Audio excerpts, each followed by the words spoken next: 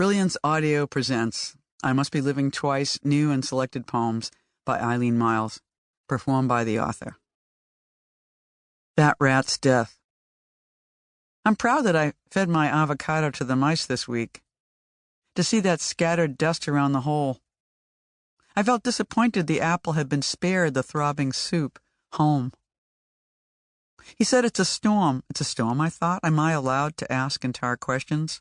To take this space alone? You bobbing, you painted in my dog's face so carefully. Some kind of violence stretches the thought so long and allows the horns of words to touch each other. I think of him, taking this much space. You don't know about this dish towel, for that matter. Who was I in another time, giving the tale so much? Puzzled that these spices went someplace else they did today in a sandwich. The empty hall into which I am reading, the empty country, an entire country, I wanted all of them. How I would like just one to pick things up in its cities, in its rain, its coast, the outer coat. 78 RPM, silly newspapers turning, cat on a porch, and other countries nearby, and home ready for me when I have something to say or show. If ever. My empty mistakes, my empty vase, my empty powers of horror, my empty sex. Oh, bring the snow. That rat's death killed me because I would see it for days over and over, and it hardly could be the same rat whose insides whisked the street. We don't think that war is such an incredible mess, but it was just yesterday in an ancient poems, years ago, in the past. Dying, the balloon just burst. It cannot bring you back again. The huge, cool breath. The lake doesn't want you anymore, or her arms, her sweet muff, or breast, the storm, the past. But no, I won't leave my cheese out for them anymore, and I must be the last person in the world in New York to read him who told us about mice.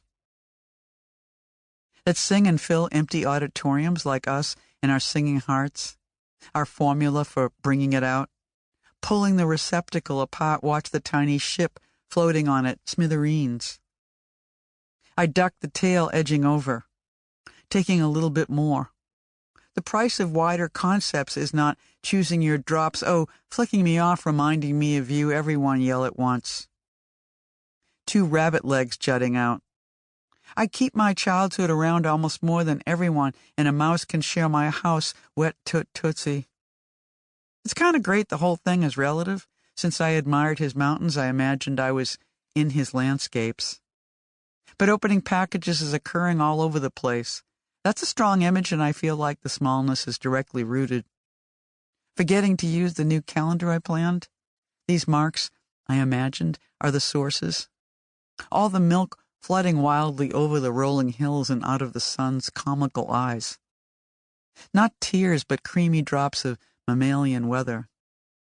I'm given real information, and the most difficult part is blindly creating the space where the parts I can't see or even hear spread out, like the night in Paris when I walked to the movies, onto my desk and the surrounding hills, into the bleachers where everyone is pounding themselves bloody in salute of the hunt. All I ever wanted was dinner, or at least his love, the delight I see, and him is equally empty for anyone, and probably that's his stealth, inner lake. There's a car, a maroon, a colorless oval. I can imagine the seats and the feeling of hearing a song as we're weaving over hills. There's no break. Everybody I ever saw in my seacoast community is already facing the problems, huge and gloomy, I grant you, and the night spills on my keys, which are splayed over the counter and outside its light, and they are flipping their cards, every one of them.